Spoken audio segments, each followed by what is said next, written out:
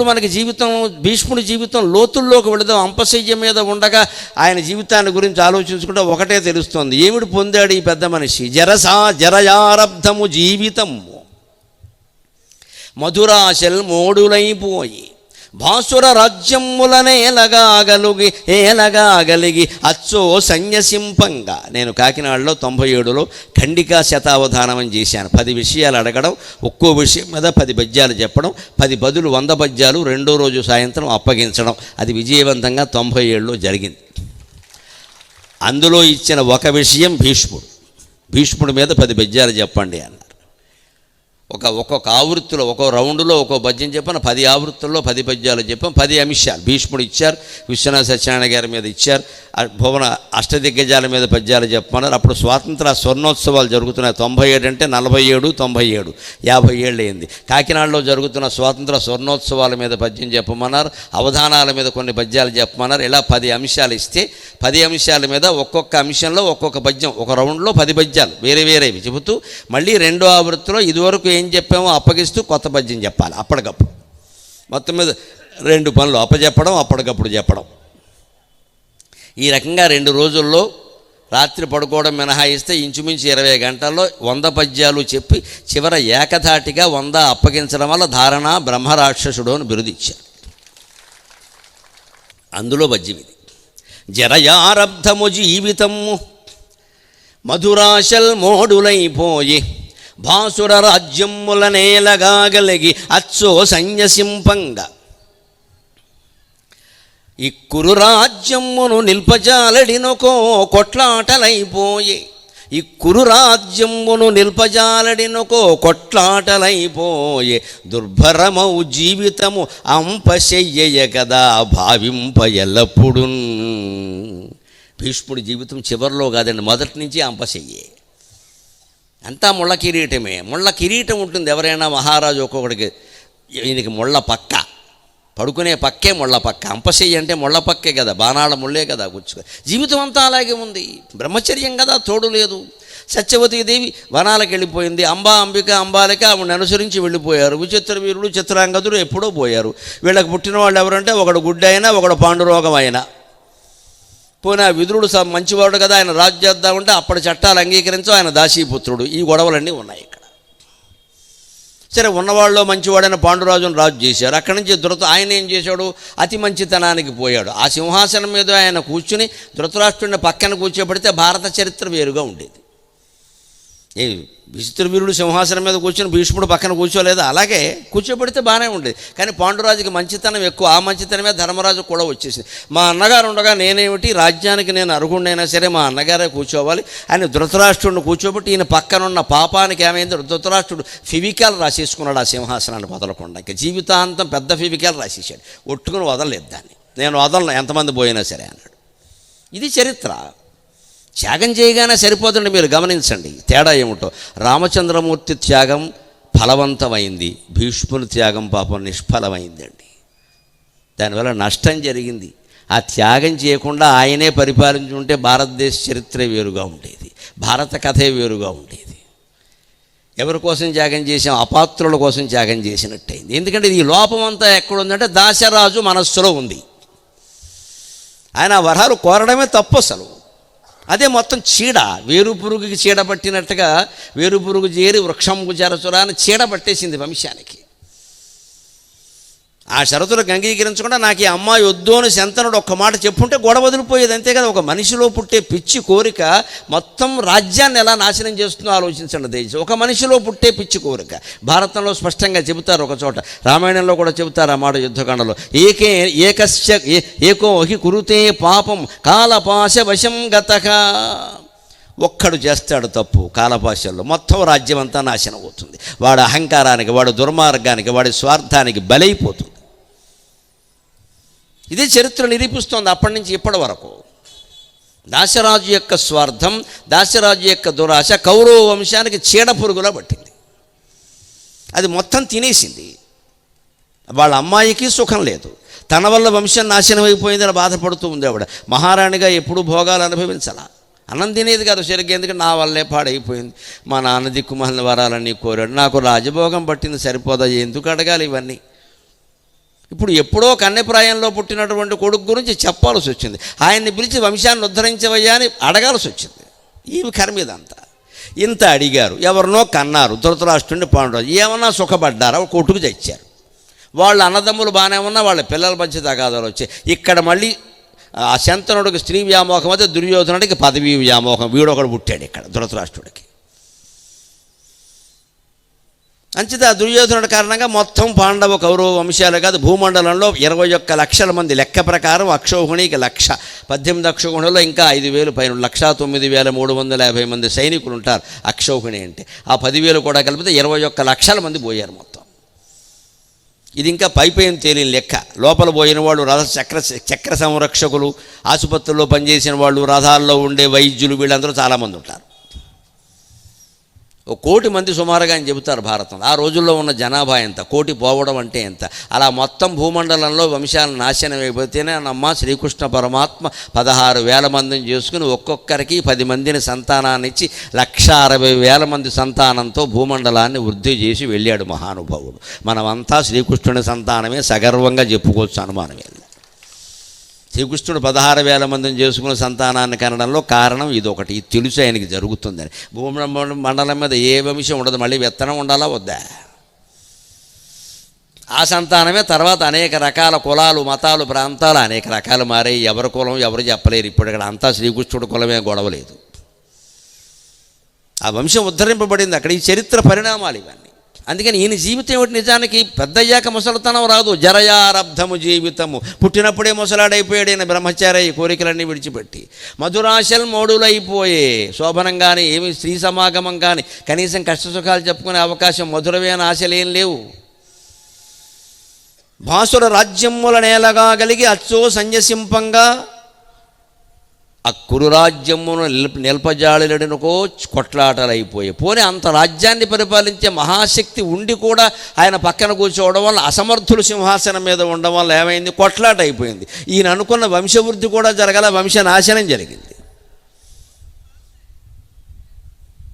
అదే రామచంద్రమూర్తి చేసినటువంటి ప్రతిజ్ఞ, త్యాగం ఎందుకు సఫలమైంది అంటే, కైకేయి మనస్సులో తన కొడుకు రాజవ్వాలని తప్పితే రాముడు వంశం నశించాలనే దుర్మార్గం లేదు ఆవిడకి. తన కొడుకు గురించే కోరింది. అప్పుడేదో కాస్త ఆ 12-14 ఏళ్ళు దూరంగా ఉంటే అసమ్మతి వర్గం గొడవలు ఎట్టకుండా ఉంటాడు కదా అని పంపించింది ఆవిడ. రాజకీయం అంతవరకే. మరి ఊళ్ళో ఉంటే పదవి కోల్పోయిన వాడు అక్కడే ఉంటే పదవిలో ఉన్నవాడిని ఉండనిస్తాడండి? ఉండనివ్వడు కదా, ఏదో ఒకటి పెడుతూ ఉంటాడు అక్కడ. అందుకని ఆవిడ 14 ఏళ్ళు వీడికి. అందుకని త్రేతాయుగం చట్టాల ప్రకారం 14 ఏళ్ళు సొంత ఆస్తికి తల్లిదండ్రులకు ఎవరైనా దూరంగా ఉంటే త్రేతాయుగం చట్టాల ప్రకారం 14 ఏళ్ల తర్వాత వాళ్ళ మీద ఎటువంటి హక్కు ఉండదు, ఆస్తి మీద కూడా. ఆ నిబంధన ద్వాపర యుగానికి 12 ఏళ్ళు. అందుకే పాండవుల వనవాసం 12 ఏళ్ళు. 13 ఏళ్ళు పాండవులది, 13 ఏళ్ళు. అదే 14, 13. కలియుగానికి 12 ఏళ్ళు. ఇప్పుడు కూడా ఎవరైనా ఇంట్లోంచి ఎవరైనా అబ్బాయి వెళ్ళిపోతే వాడు 12 ఏళ్ల తర్వాత తిరిగి వస్తే ఆస్తి ఇవ్వాల్సిన అవసరం లేదు. 12 ఏళ్ళు నువ్వు కుటుంబ బాధ్యతలకు దూరంగా ఉన్నావు కాబట్టి నీకు దీని మీద హక్కు లేదని చెప్పేయచ్చు, చట్టం అంగీకరిస్తుంది.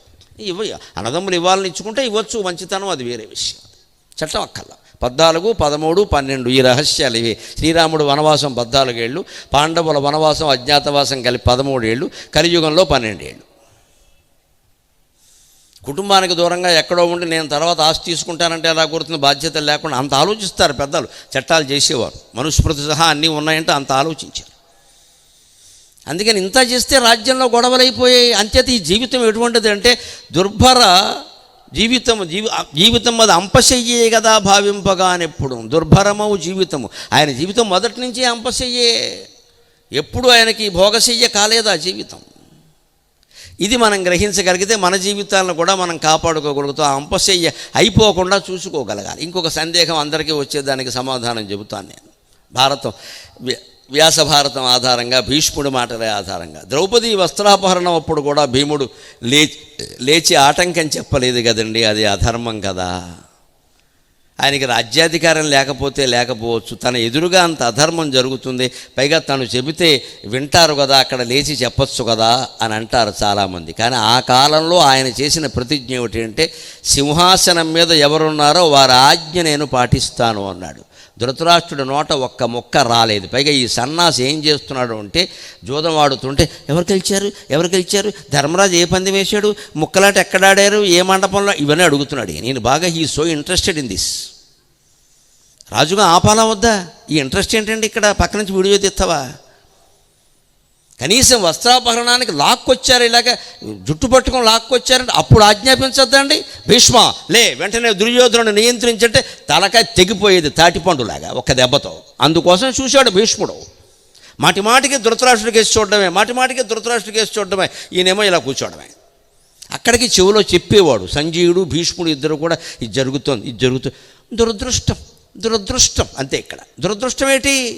ఎప్పుడు సింహాసనం మీద ఉన్నవాడు, బాధ్యత ఉన్నవాడు తగిన చర్య తీసుకోవాలి. లేకపోతే రాజ్యంలో జరిగే ప్రతి పాపానికి ప్రధానంగా ఉన్నవాడు బాధ్యత వహించవలసిందే. అందుకే కఠినంగా ఉంటారు కొందరు. రాష్ట్రమైనా దేశమైనా అంతే. రాష్ట్రంలో జరిగిన బాధ్యత పాపాలకి ముఖ్యమంత్రిది బాధ్యత, దేశంలో జరిగే పాపాలకి ప్రధానమంత్రిది బాధ్యత. ఎవరైనా తప్పించుకోగలరు, వారు తప్పించుకోలేరు. ఎందుకంటే సింహాసనం మీకు అధికారం ఉంది. మీరు ధర్మం కోసం వినియోగించకపోతే దేనికోసం వినియోగిస్తారు? మీరు ధృతరాష్ట్రుడికి పడిన శిక్ష ఏమిటో తెలుసుగా. 15 ఏళ్ళు చచ్చి చెడి కొడుకులందరినీ చంపిన భీముడు అన్నం పెడుతుంటే నోరు మూసుకుని తిన్నాడు, అదే శిక్ష. ఉన్న కాలంలో కూడా సుఖంగా లేడు, ఎప్పుడు భీముడు కాలంలోకి రావడమే. కుటుంబంలోనైనా అంతే. కుటుంబంలో యజమాని అయిన మగవాడు చర్య తీసుకోవాలి. పిల్లల మీద ఎవరి మీదైనా సరే, కుటుంబంలో తేడా ఎక్కడన్నా మగవాడు చర్య తీసుకోవాలి. మా ఇంట్లో నా మాటను అడవదండి, వెళ్ళిపోయి సన్యాసం పుచ్చుకో, ఎందుకు కూర్చున్నావు ఇక్కడ? ఖచ్చితంగా జరిపించాలంతే అక్కడ. లేకపోతే పాపం నీదే, అన్నీ అనుభవించాల్సిందే. నీ మాట నడిచేలా చేసుకోవలసిన పూచి కూడా నీదే. ఎందుకంటే ఏదైనా జరిగితే పేపర్లో ఈయన పేరే వస్తుంది, పిల్లల పేరు రావమ్మా. పలానా ఆయన అబ్బాయి అంటారు. పైగా పోలీస్ స్టేషన్లో కూడా ఏమంటారు, సన్ ఆఫ్ రాయమంటారు. ఇదో గొడవ ఉంది కదా, అల్లుడ్ ఆఫ్, మేనల్లుడ్ ఆఫ్, తోడల్లుడ్ ఆఫ్ ఉండదు, సన్ ఆఫ్ రాయమంటారు.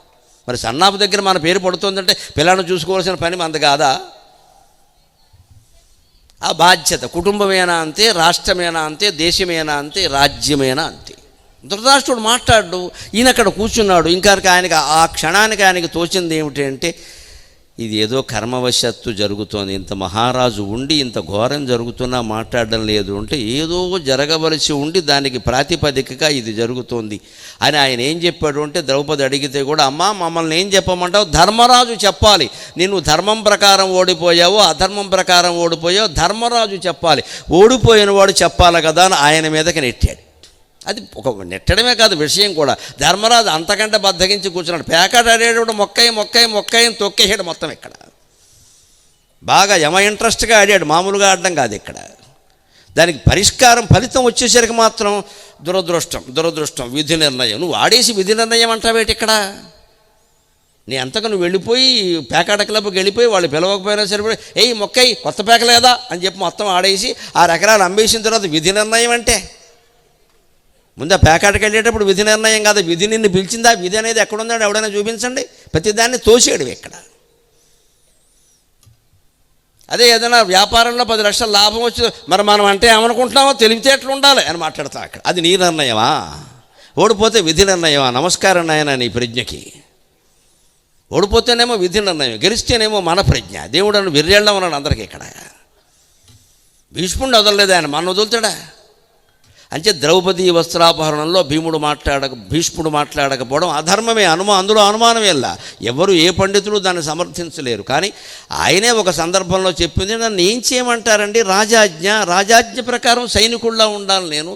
రాజుకు ఎదురు చెప్పకూడదు. ఆయన నోరు ఎప్పుడయ్యే చెవిలో గుచ్చుకుని చెవిని ఇల్లు కట్టుకుని చెప్పినా సరే ఆయనకి ఎక్కట్లేదు. ఆయన మనసులో వీడియోలు తీస్తున్నాడు. ఆయన నన్ను ఏం చేయమంటావు అని ఒక రాజధర్మానికి, సైనిక ధర్మానికి కట్టుబడి ఉండిపోయాడు. కానీ ఆ దుఃఖం ఆయనలో ఉంది. ఎప్పుడు సమాధానం చెప్పాడో తెలుసా? నేను తప్పు చేశానయ్యా. వికర్ణుడు పాటి ధైర్యం కూడా నేను చెయ్యలేకపోయానయ్యా.